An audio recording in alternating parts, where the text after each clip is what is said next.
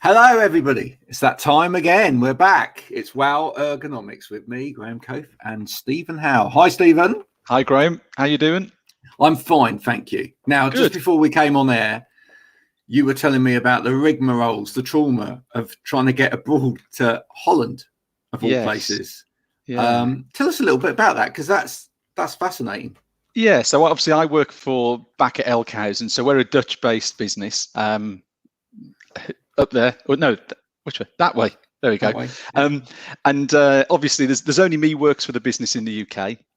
And pre-COVID, sort of pre-March 2020, I would be going over probably on a monthly basis, maybe sometimes twice a month. Haven't been since February 2020. So first planned visit is tomorrow and Friday.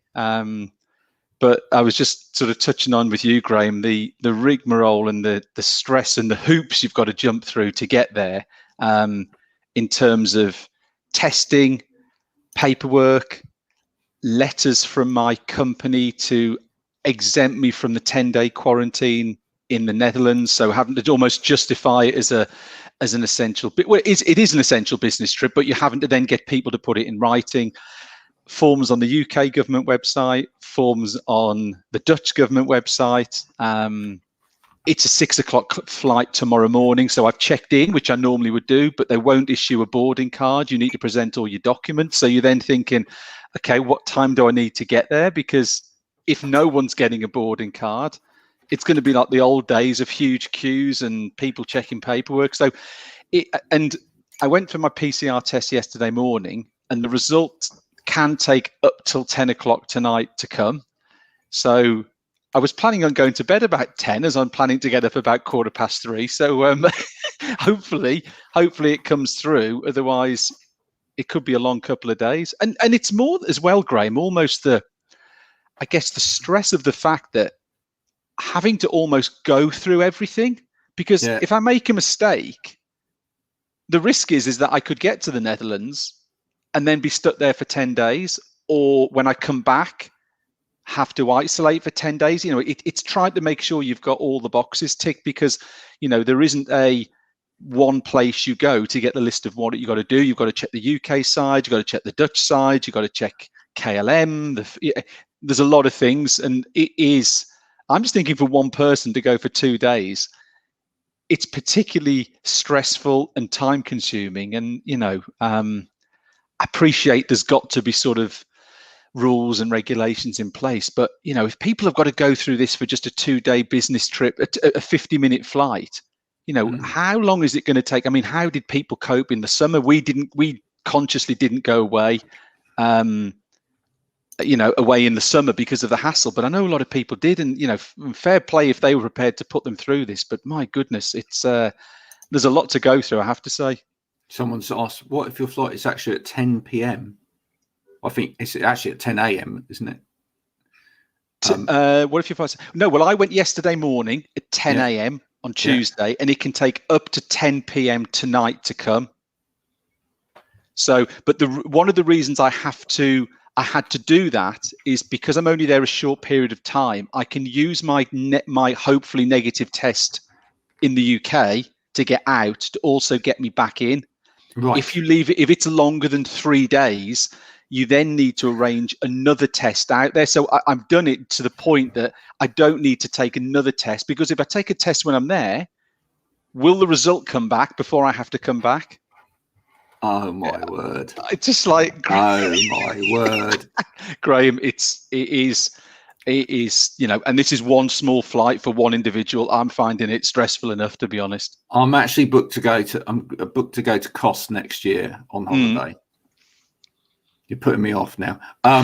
Yeah, but that's next year. I'm so glad. I'm so glad this year I've been to Wales and Cornwall.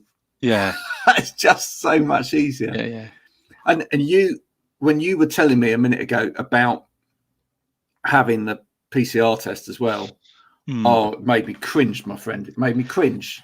That's well, I'd done the odd one in this country when I went to a cricket event. There was a test event and you had to do it. And it's the one that, if people are listening or watching, where maybe your kids at secondary school have done it, where you run the swab over the back of your throat and then you put the swab up your nose. And it makes me then think, actually, were we doing that right? Because it seemed to go on forever and ever and ever. And it's very strange when you're sat in your car in the driver's seat with the window down and someone's leaning in and sort of prodding and poking you with a swab. It was, it was an interesting experience, a very interesting experience. So, you can sort of understand, well, you can understand the concerns of the travel sector, etc. This cannot be a permanent arrangement. Absolutely, there has to be something in place. But people jumping through, and the cost as well, Graham. I mean, I think I was saying to you for the test to go out and to come back, it's £75 each. £75. Yeah, and I've actually heard of people say it's more money than that. Yeah, I mean, I was surprised. I thought it would be more. I went for the drive-through one at Birmingham Airport. So you go through a car park and you do it, and then when the flight lands tomorrow, I have to go round to the car park and do exactly the same again, because you have to have it booked within 2 days of your return. But a lot of the companies don't work on a Saturday and Sunday, so there's no choice but to go straight round and do the test when you get back. So you're then waiting to find out when you come back. Well, did I catch something whilst I was there? Yes, I've gone out and come back okay, but could I then have to isolate at home because I've picked something up when out of the country? It's it's crazy, absolutely crazy. And I think people will, to an extent, Graham, I think people will tolerate it or go with it. This to me is something that has to maybe last 6 months. There has to be some sort of solution with whether it's some sort of app technology or something. Has to make this process a lot slicker. It's so manual and so cumbersome and time consuming. Right, we want a I don't know, like a pill or something, like a disclosing tablet that you have for your teeth, right? Where you put it in your mouth and your mouth changes colour. Yeah, right? As simple as that. It's just like, oh your mouth's gone purple. You've got COVID. Yeah. Or no, it's green. It's fine. You're okay. By the way, you're gonna stay with a green mouth for a whole week. but it's great. At least Yeah, we've got to have a simpler solution to that, I think. And you were saying you've heard of other people having all sorts of people flying through multiple countries having to do multiple tests. It's just so expensive and so time consuming, and as you say, the paperwork and the tests, and 4 tests to get back into a country. And all of this malarkey. I just don't think, and what most people say to me is that because they're going primarily either back to live somewhere or for business, is that most people have said, I can't see tourists doing this. No. I can't see tourists going into this country to do this because it's just not, it's too expensive and it's just not feasible. And yet, on the other side of that, and I don't want to spend the whole of this show talking about COVID, but it is quite interesting. I arrived for the school run again this morning, first time. Okay. Not a mask in sight. No. I turned up with my mask on because I didn't know what the protocol was, and I was just getting looks left, right, and centre. More than usual. Yeah, more than usual. More than usual. Yeah. But I was just getting so many looks from people because it's like, oh, he's got a mask on. And I think there were 3 masks, 3 masked people. And yet, just before the holidays, whatever, everybody had to wear a mask. I think it's 6 weeks, Graham, of almost that 6 weeks of freedom. But people have now got almost 6 weeks, obviously referring to the school holidays, that sort of whole relaxing, demob happy sort of thing now that people are thinking, I've got out the habit. Do I want to get back into the habit? Yeah, absolutely. But I just wonder. And I'll be completely honest with you. I actually went to this is true. I actually went to a gig, an outdoors gig. Right. But I went to a gig in a like a football ground, but in a a bit next to the football ground, a bit of and it was like off of a truck and everything else like that. And of course, as you go in, there's a sign that says click in, sign in. Nobody was doing it. Nobody was doing it, right? Yeah. And then as you go in as well, there's a sign that says masks are advised. Not a single mask. anywhere, right? I actually felt a little bit funny about it to begin with, because I haven't been out anywhere. No. I'm not being funny, but that was the first thing that I've been to where there was like a big crowd of people not wearing masks and stuff, and loads of people drinking and having a good time. But it was almost like it was completely back to normal, and I just felt there's a definite dichotomy there. There's a definite thing where the world isn't back to normal. We know that this COVID still exists, and people are still getting ill, and people are still unfortunately dying of COVID. Yeah. And yet, on the one hand, we've got this seemingly gone back to complete freedom, and then in other parts, like your experience there, it's red tape. It's just mad. Well, Graham, you were just saying there you went to a gig. I went to a trade show yesterday. Ooh. So after the PCR test at Birmingham Airport, I then swung round to the NEC, to the health and safety show, which is being held at the NEC yesterday and today. Very busy. Car parks are very busy. Bumped into a few of our sort of mutual friends from the industry. So Tim Evans, Pat Garrington, Andrew Shepherd, Steve Belcher. He was there as well. COVID, you had to do your COVID on the NHS app, not the COVID app. You had to get your sort of pass to say you'd been sort of double jabbed.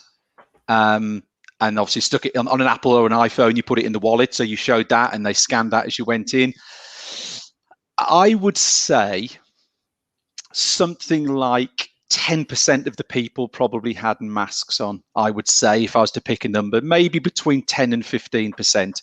The staff working there all did, both sort of hospitality staff, catering staff, etc.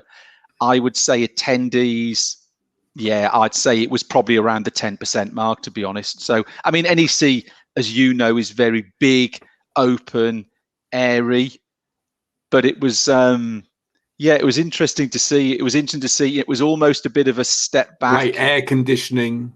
Yeah.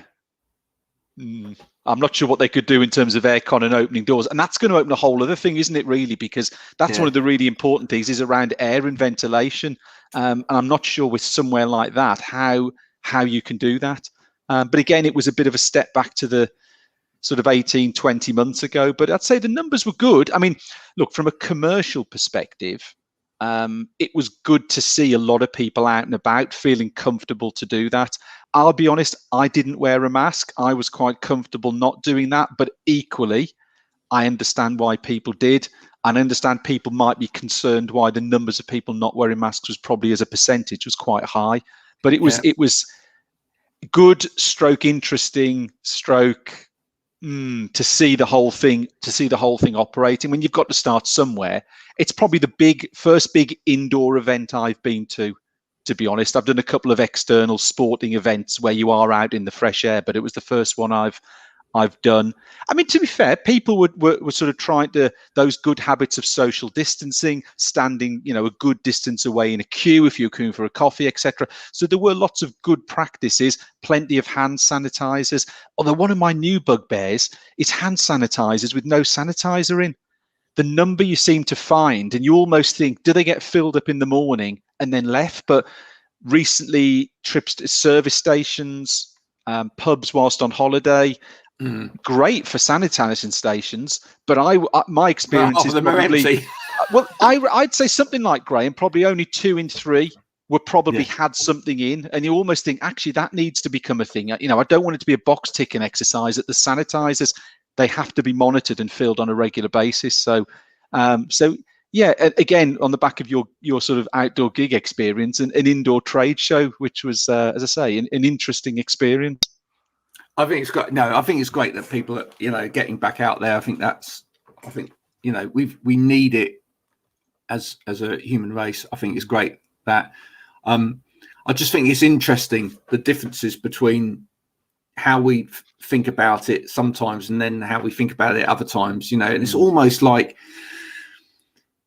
it's almost like we're looking to see what other people are doing and then reacting to what other people are doing. We've kind of lost that, the rules have kind of blended now. And we kind of, some people have completely got that, and they're still focusing on distancing and everything else, and other people have completely forgotten about it. It'll be interesting to see where it goes.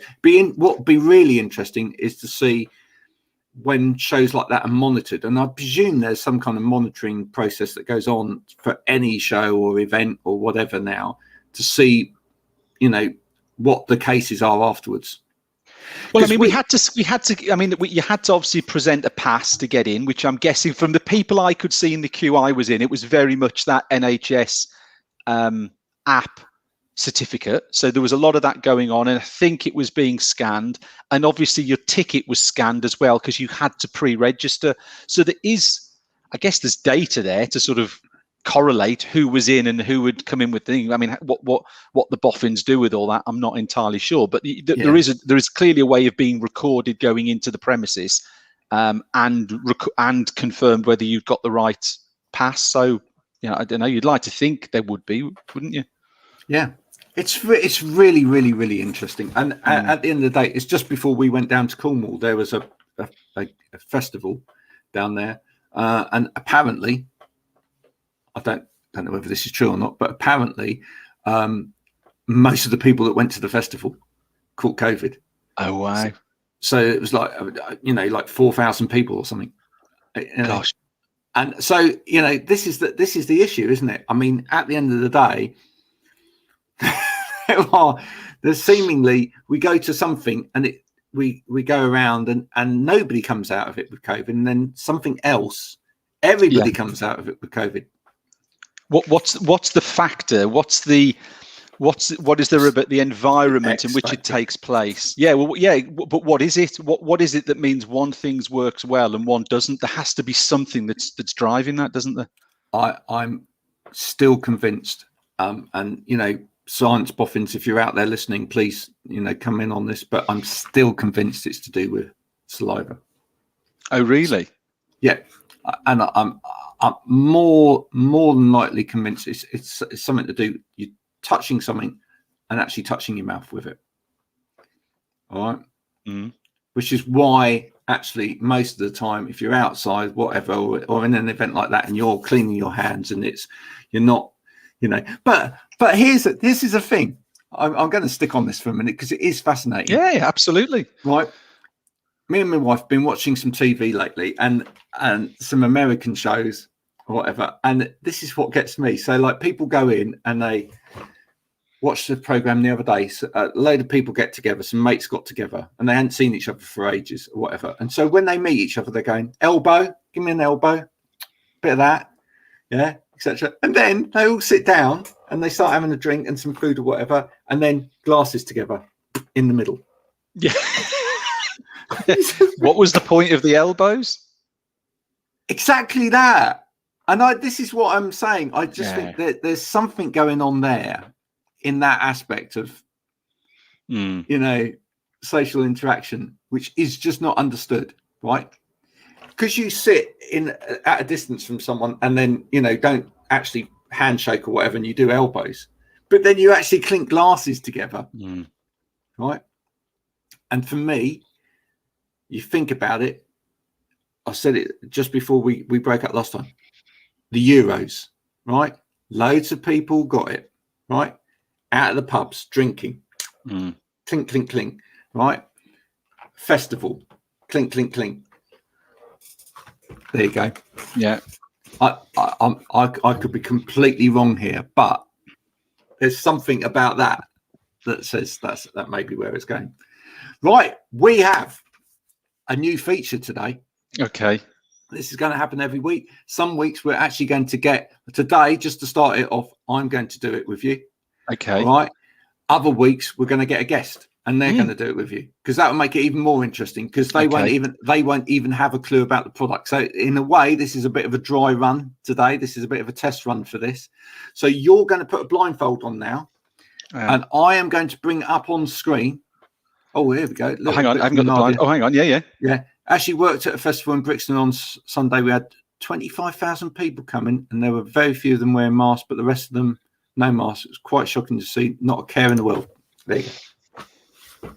There you go. But it's what comes out of that will be interesting. I think we've really got to start drilling down into the nuances of human interaction to work out where and how this thing gets spread. Yeah, absolutely. So you're going to get blindfold on, so you can't see the screen. I am going to, for everybody else, bring up on the screen. Would you like to see my? Yeah, that's fantastic, mate. Sutton Coldfield Town FC. Look at that. The Mighty Royals. I couldn't find a blindfold, so I went for a scarf. So it almost goes with our new Wow Ergonomics colour scheme. Actually, it does, doesn't it? That's rather good. There you go. Yeah, the Royals. There you go. So you're going to put that on. I'm going to bring up on screen I've not done this. Hang on. A picture of an ergonomic product. Well, actually, we shouldn't call it that, should we? A picture of a product which has potential ergonomic properties. Right, hang on. Epic fail there. Hang on. Here we go again. Here we go. Right.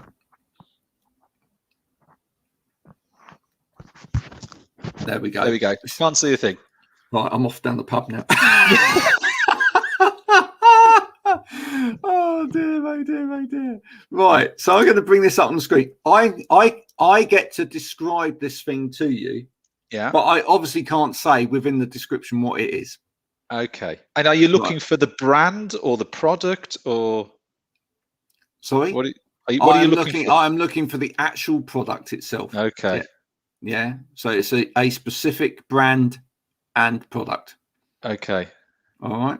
Okay. So I'm nervous now, Graham, about this. Bringing this up on screen for people to see. Right.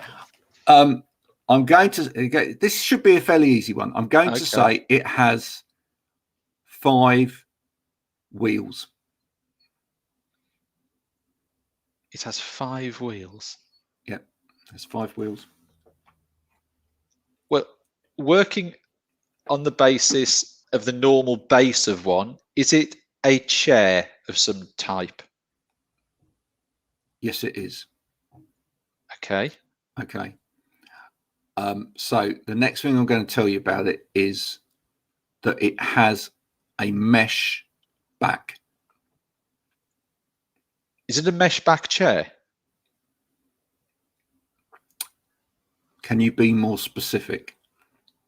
Is it a black mesh back chair? It is in this case, it's actually graphite in color. Right. Okay.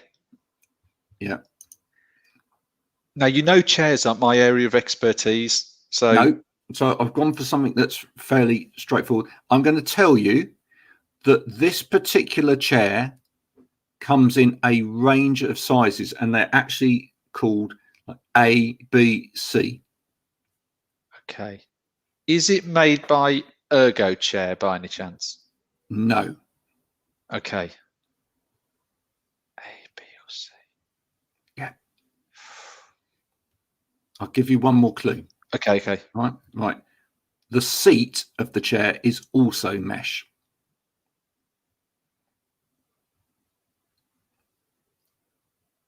The seat of the chair is also mesh. Yep. No, you've got me, Graham. Stumped. Oh, Stephen. Right. Sorry. Take your blindfold off. Yeah, take your blindfold off. It's the Herman Miller Aeron chair. Ah, yes. Look at that. Nice looking chair. It's a nice looking chair, isn't it? There you go. That, ladies and gentlemen, that is the game. To make it even more interesting, next time we'll have a guest to describe it. Okay. And I think actually how we will do it is you get to ask them a question about the product. Okay. Yeah, and then they have to answer the question. Right. All right. No, that was a great game. Yeah, it is a good game. Yeah, it is a good game. And what it also does is it actually introduces some product to us as well.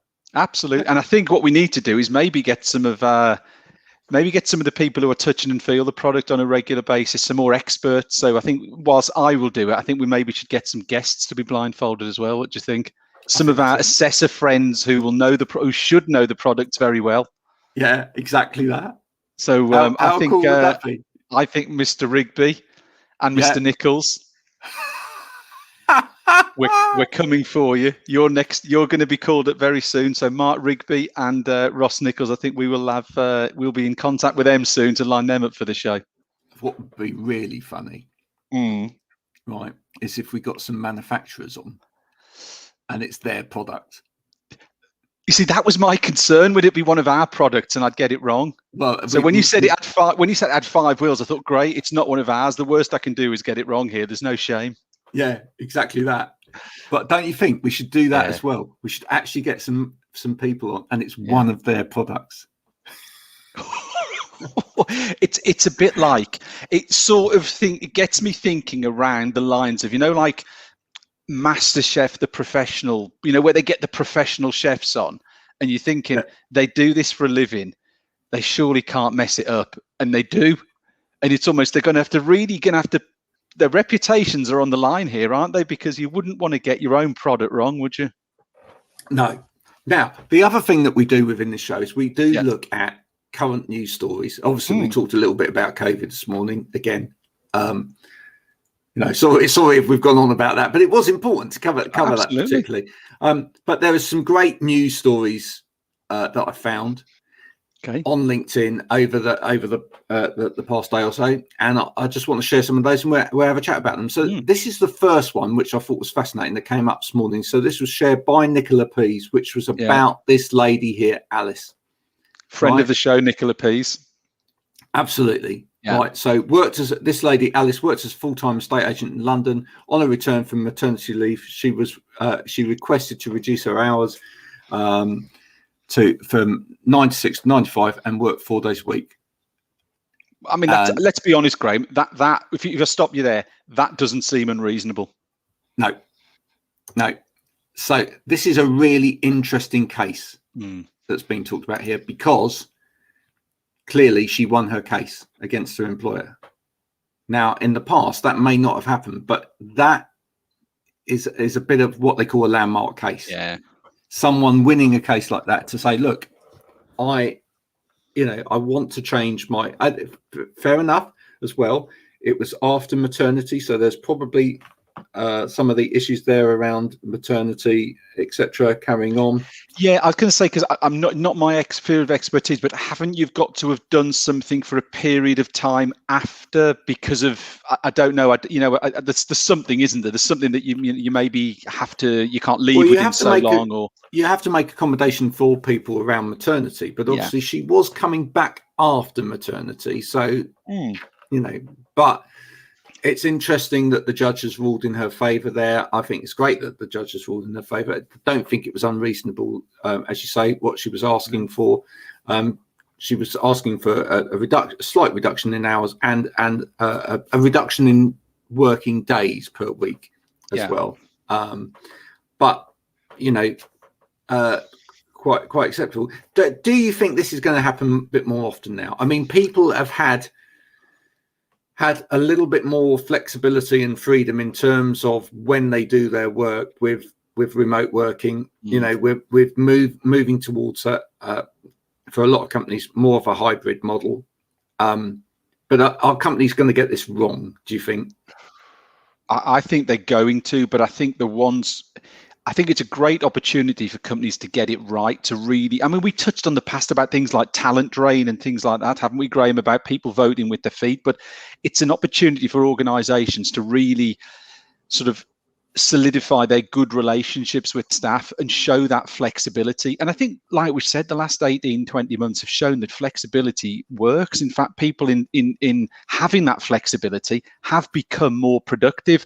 I think if organizations are going to be inflexible, they're going to really have a problem with hanging on to staff, aren't they? They're going to get people will vote with their feet. And I think what you'll find is those organizations, and we go back to our old friends Goldman Sachs, doesn't it, when we've discussed that before, people will vote with their feet. And if they're seeing an employer that's rigid and won't move, but someone else operating in their sector is prepared to go, we will let you do 8 till 4 and not 9 till 5. And, even to the point, I was talking to someone last week and they were talking about core hours as long as you had your 10 till 4 core hours covered, you could do 10 till 6 or you could do 8 till 4 or whatever. I think those businesses are the ones who are going to benefit. I think if organizations are going to dig their heels in, I think it's gone too far, Graham. I think the huge social experiment of flexible home, mobile, whatever working you want to call it, I think we've gone past that point. I don't think you can turn it back. I think you've got to go with it. I think if you don't go with it, you're going to get left behind. Yeah, I do as well. This is another story that I found, which I thought was quite interesting. It was a little poll. It wasn't one of mine this time. Maddie Alexander Grout said, who are HR there to support? Now that is fascinating. This one's still ongoing. If you're on LinkedIn, do check out Maddie's profile and do check out this poll. So far, 782 votes already, and it's still got a week left. So this is a fresh poll, right? But who are HR there to support? Now, I've said both equally, the employee or the employer. But I think that's a really, really interesting question. Really interesting question. I would do the same as you. I say it's got to be to do both. Yes, you've got to look after the employees, but equally there will be rogue employees out there who are looking to play the game, bend the rules, not do what's in the best interest of the employer. So for me, it certainly would be the same one as you with both. However, it doesn't need your opinion to move slightly and you suddenly move between answers. So I was quite surprised to see, if you could put it back up again, Graham, was employer 7% employee? I'm surprised. I'd have said 33, 33, 33. I can see a good case where people's opinion might be any of those three. I'm surprised to see that it's as low as 7%. I wonder if some of that's down to personal opinion, personal experience. Maybe they've not had a good experience of HR and felt that actually their experiences was they were leaning to the employer. I'm surprised it's as low as 7%. And I think the HR community would probably be, I guess, a little concerned by that result, that actually they're perceived as being either for the employer or for both, but not focusing solely on the employee. It makes you wonder whether HR is becoming another one of those roles where it's perceived in a negative view, a bit like years ago it was tax inspectors and estate agents. Nothing wrong with tax inspectors or estate agents, nothing wrong with that, but have people through this, again going back to the pre and linking it with the other, have people through this period where they've been managed either really well or really badly remotely, have they changed their opinion of HR? What I'd love is especially for next week, if there's anyone watching this over the period of the next week or so, and you're in HR, I'd love you to come on next week. Absolutely. And I wonder if, Graham, by the time we come back on, we can get the finished result of that poll, because it's got a week to go. I mean, 800 votes already is a good response, isn't it? A good number. Well, obviously, it's a topic that a lot of people have an opinion of. But it would be great to see, yes, for a start, where that poll ends up next week. And it will be really interesting as well to see if we can get someone on from the HR community to give their steer on that, and their perspective on that as well. Maybe why people are voting like that, because that, as you say, you would expect that to be even out a bit. Yeah. But the fact there's been almost 800 votes. If there was, say, 30 votes, a couple of votes one way or the other can make the dial move. But actually, there's been a lot of votes. I mean, just doing the maths there, what was it? There was 800 votes. It was less than 10%. So only around 60 people out of the 800 were going for the employee, which is, a very low number, isn't it? It was much lower than that, wasn't it? It was actually 7%. 7. So what? 47. Yeah, 47 mid people, 40s, 50s. Yeah, it's not a lot, is it? And as you say that, I wonder if it ties back to what's gone on. I wonder how people's experience has been of HR, as you said, through lockdown. How has it been handled remotely? Because again, you will have people, I guess, in the HR community who are used to dealing with issues face to face. Have they found dealing with HR issues harder to do over something like Team or Zooms, maybe delivering bad news and things? Maybe they've not felt comfortable doing it not face to face, as it were. So it'd be, as you say, it'd be interesting to get one of our HR friends to come along and just give their thoughts on it next week. Now I'm going to bring up some of my polls now. For discussion. I'd expect nothing less, Graham. Absolutely, it has to happen. Okay, so we're going to start here with this one, because I know this one will be of interest to you. Mm-hmm. So this one is close. There's 1,270 votes on this particular subject, as you can see. So that, again, we're talking a reasonable number of people to comment.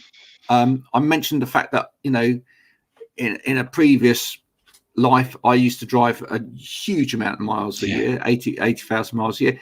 Obviously, with all of the things that have happened, that's now changed. So now, do you change your car regularly? 65% no. And actually, quite staggeringly, 10% don't drive. That number, 127 people. I mean, the thing is, I guess if 10% out of that population don't drive. Is that becoming less of a thing? I wonder.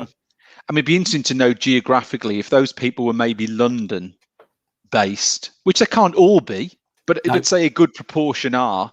Maybe they maybe the fact that the public transport network is so intense and widespread in London that maybe it's something they don't need to do. Maybe it's not that they can't drive. Maybe it's actually they just don't. Maybe once you're inside the 25, as it were, or inside, I guess, the borders of the tube, maybe you just go, actually, a car's no good to me. If I go and see family, I'll jump on the train or a coach or something like that. But yeah, I think that's out of all the numbers, the low numbers, the really interesting one there for me, the 10%. Yeah, no, it is for me. But I also think it's interesting that people are not changing their cars on a regular basis. I think, again, that the height of that figure will have been affected by the pandemic, because people haven't been out driving as much. So people are holding on to their cars, I believe. And also because I think part of it as well is the fact that people are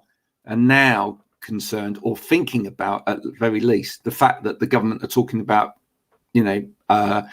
electric cars being the future and making it more difficult in the future to have other types of cars. So whether it's, do I just hold on to this car, run it into the ground, see where we are in a few years' time before making that change? I think all of those things have had an effect on it. Absolutely. I changed my car, Graham, in the summer. So I did change my car, but usually I hang on to a car for 3 or 4 years. But what was interesting is that actually I didn't go with a new one. I went for a car that was a couple of years old. But speaking to the sort of the garage that I purchased it from, their sort of lot was pretty empty. They were saying, again, like you've seen with people doing building work and work in their garden, because people haven't been spending on holidays, they've sort of been changing they've been sort of investing in a new car. Right. So they had, which is interesting, they had very little choice, which goes against slightly the results of the poll. But the garage's experience is the cars were just selling so quickly. They had virtually no stock in because people were actually upgrading their cars. So there wasn't a lot of choice. I think, again, the fact as well, obviously there's been a shortage of microchips. And in fact, there was an article this morning saying it could take till 2023 for that to suddenly flush through. Actually, there aren't many new cars out there. So people have maybe had a car that's, say, 8 years old and have gone, well, actually, I'll have one that's 2 years old because I can't get my hands on a new car. Yeah. I mean, I was asking quite an open question there. Do you do it regularly? I mean, what people deem as regular is a different thing. Again, that's why it's actually more interesting that a lot of people don't drive. Yeah. But yeah, maybe that's the case. Maybe, you know, if people had old cars, they have changed, you know. But maybe a lot of people have moved away from. This could be interesting. And again, if we could get anybody from the motor trade to come on and give some comment on that, that would be great during the week. But maybe people have moved away from diesel a bit, because if people aren't doing the distance anymore, you wouldn't want necessarily to have a diesel car. You know, it's something that we've considered ourselves, because we have one diesel, we have one petrol, but obviously diesel, you need to take it on a decent run, on a regular basis, otherwise you actually damage the car. So maybe people have moved more towards petrol or hybrid or something else. Perhaps they're thinking about that kind of change as well.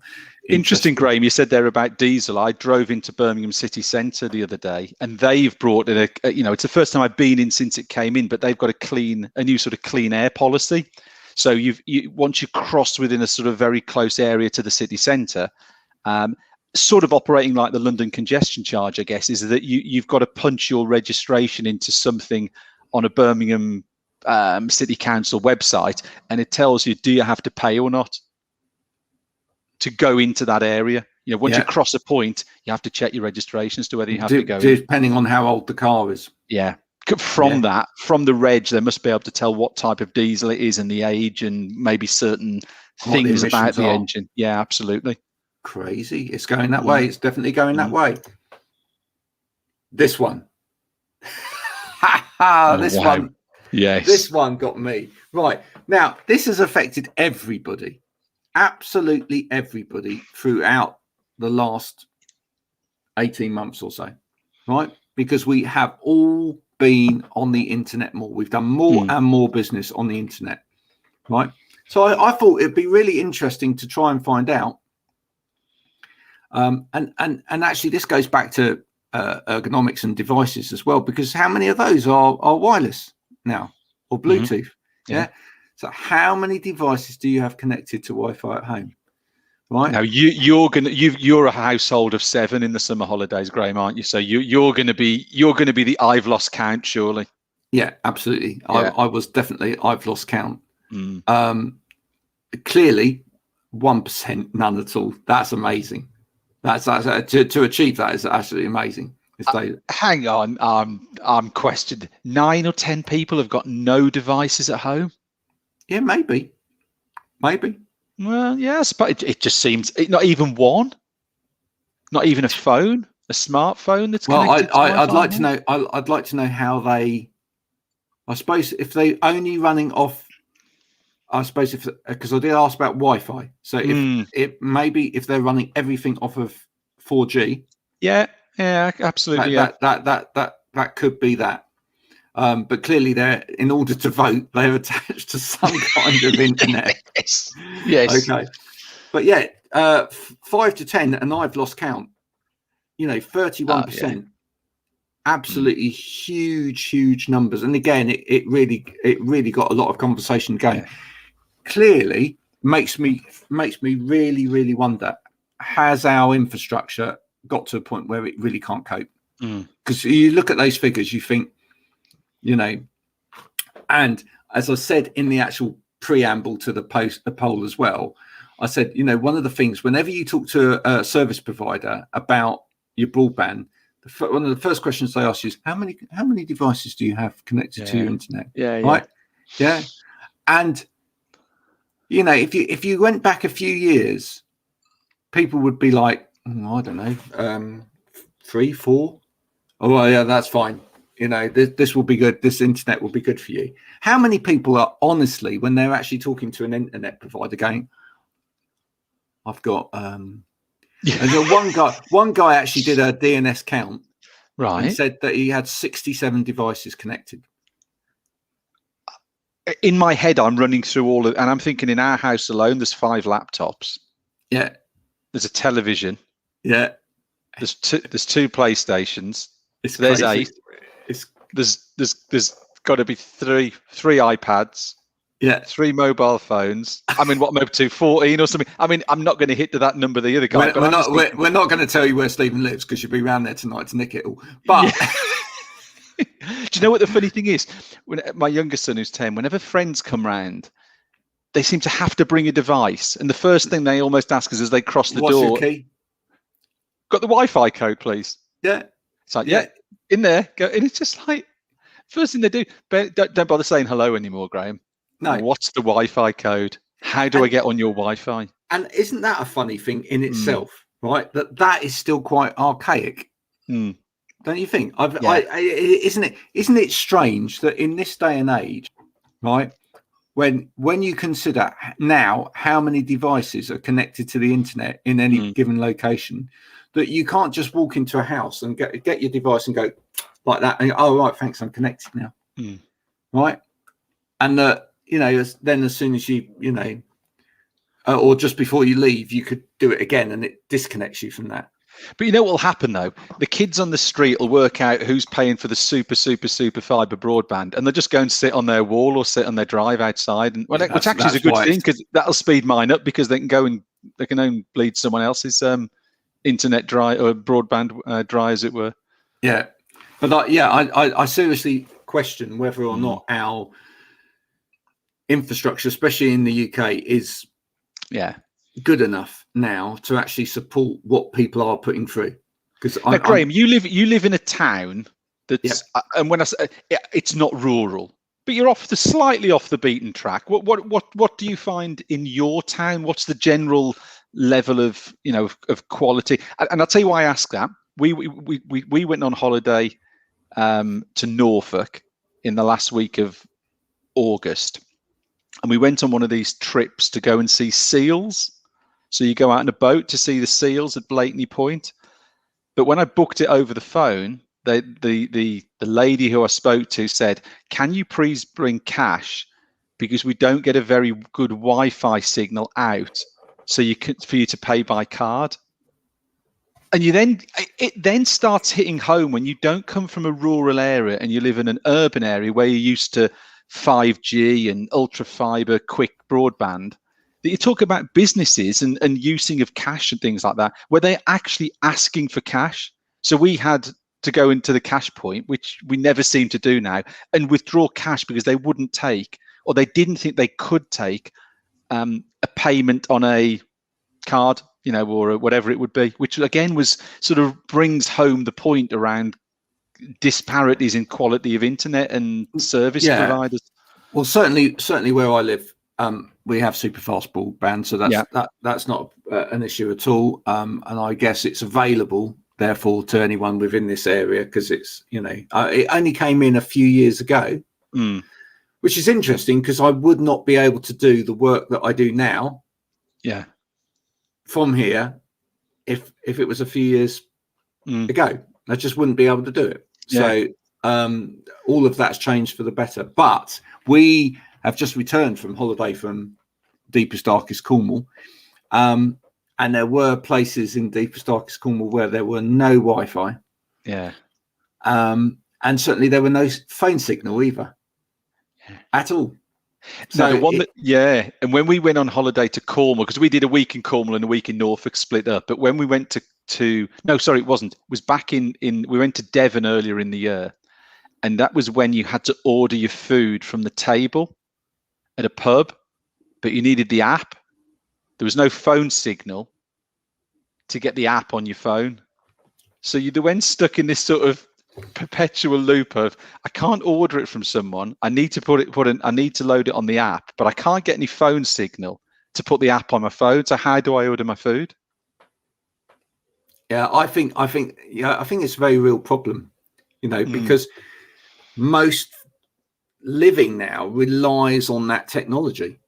It relies on cloud-based technology, and if you just haven't got the infrastructure there to support it, then how do you run life? So it'd be really interesting to see, given those kind of stats, it's going to be really interesting to see how much that improves in the next few years. It's going to have to. It's really going to have to, and generally, it should be expected that when people ask you, how many devices you got running on your broadband before they sell it to you, you're going to get answers around sort of 50, 60 devices from some people in the home. Quite crazy. Absolutely crazy. Right. One to finish on here. Yeah. Do you still have breakfast during the working week? I do. Now I do. I need it to start the day. I do. What's quite interesting around this whole poll as well, as you can see, a lot of people voted. A lot of people saw this as well. Yeah. 53,000 people so far. But do you still have breakfast during the working week? 63% of us still do have breakfast, right? 25% of people don't, or only sometimes. You know, I'm quite surprised as to how people can sort of function without anything. I'm surprised it's as, you know, I guess if you spoke to a nutritionist, dietitian, somebody like that, you know, whatever it is you have, I always get the impression you should be having something, shouldn't you, really? Well, interestingly, no. Oh, really? Yeah. Okay. So there we go. Actually, a lot of dietitians actually, well, yes and no. Okay. Let's get this right. So a lot of dietitians, and this is where it gets interesting. So a lot of dietitians commented on this, and a lot of them said that actually there's a lot of fallacy around breakfast. Right. And a lot of fallacy around the idea that you should have a breakfast. Okay. There was a little bit of argument, but a lot of them were saying that actually a lot of people have breakfast too early. So the general consensus, having read through all of the Malay on it, is that a lot of people eat too early, and they therefore break their fast, where the word comes from, too early in the day. Also, a lot of people drink, here's the other bit, drink caffeine as part of or before they have their breakfast. And again, that's a no. So I can't have my cup of tea before I have my cereal, Graham? No, because the caffeine actually starts to make you hungry. Okay. And that actually affects your hormone balance and therefore your metabolism. It's really, really quite interesting. So the ideal is water in the morning to hydrate yourself after a night of not being hydrated, and really to try and break your fast a little bit later. So actually trying to have breakfast maybe more around sort of 11 o'clock. Aren't we getting into brunch territory there, Graham? But that's it, you see, is to try and push it back a bit. But you see, and this is where. Hang on, does that not then shove your lunch on till 3 o'clock? Not necessarily. So 11 o'clock breakfast, still do 12:30 lunch. Well, or maybe a bit later. Yeah, and then don't eat much for tea. Have a proper lunch, and then don't eat much for tea, right? So that you know, because you shouldn't eat that late as well. Yeah, I think personally, I think it's fascinating. But there were a lot of people arguing with the nutritionist saying, I cannot function without breakfast. If I don't have breakfast, I cannot function. Now, I think it's interesting. And of course, there were a few people in there saying it's full English every day, and if I don't do that, then. I mean, I like an occasional full English. I think if it was a regular thing, it would just become too heavy. I think it's one of those things where it's almost something you like the idea of it. The reality of it is, can I face preparing it, and B, can I face eating it every morning? Now you say that, Stephen, but you've been a man of the world, that out there on the road doing, going to visit people, etc., staying nights over in hotels from time to time. You've done all that, and I've been there, seen it, done it as well. Now tell me honestly, right? When you book into a hotel, right, on the road, doing work, whatever, and breakfast is included, and you've got the choice of all of those different breakfasts. And sometimes, I'll tell you what, I've stayed in some lovely places, and actually they've had such a good choice of breakfast. You could have like fresh grilled haddock or mackerel or whatever, with something healthy, and and wheatgrass juice and all of that, or there's a fried breakfast. Yeah.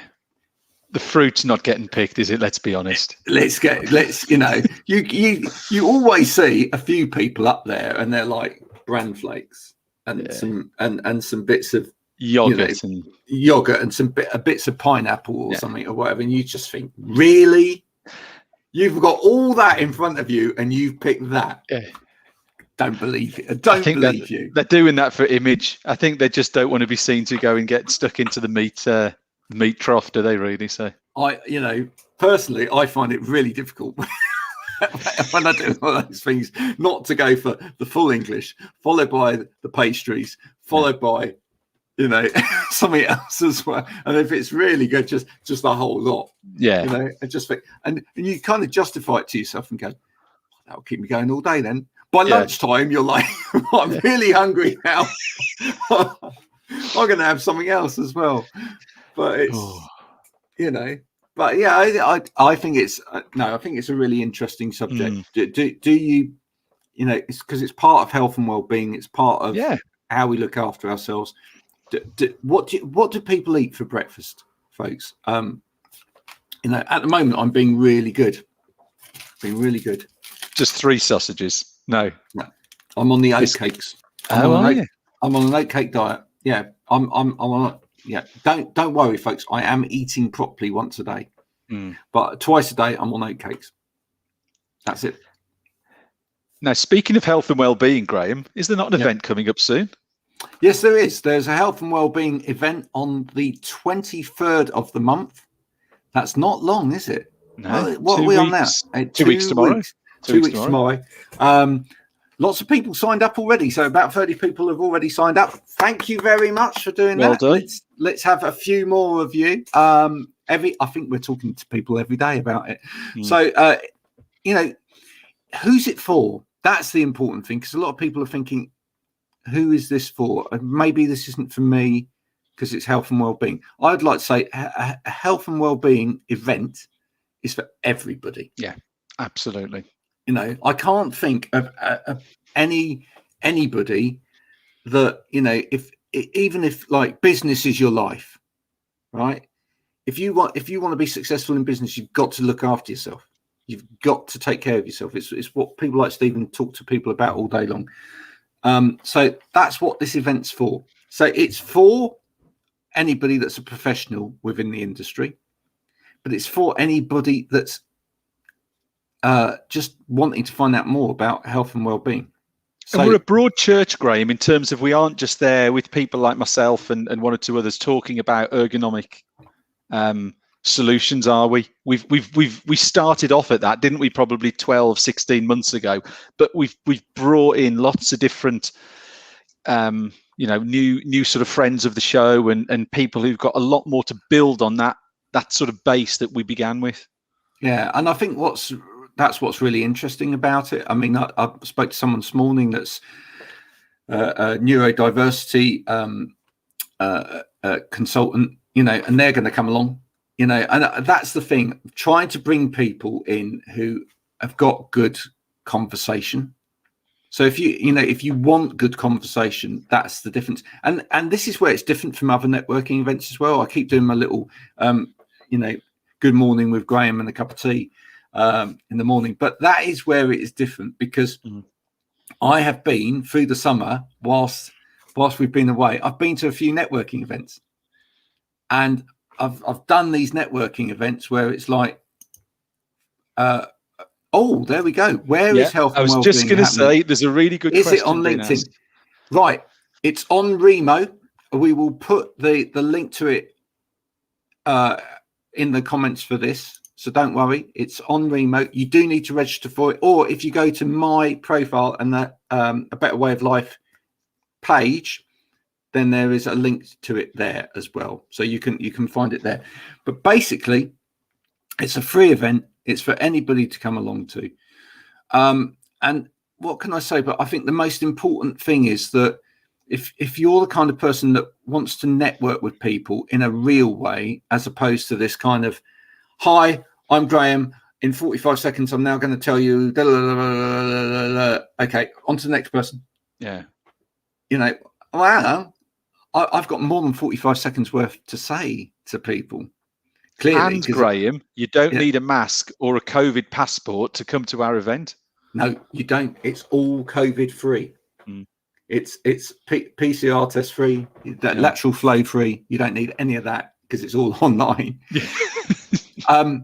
Having said that, out of these events that have happened previously, there have been lots of great meetings that have happened in real life out of it, and people have made some real good, I'd say, colleagues and friendships and relationships with people that have been really useful to their business. So do come along.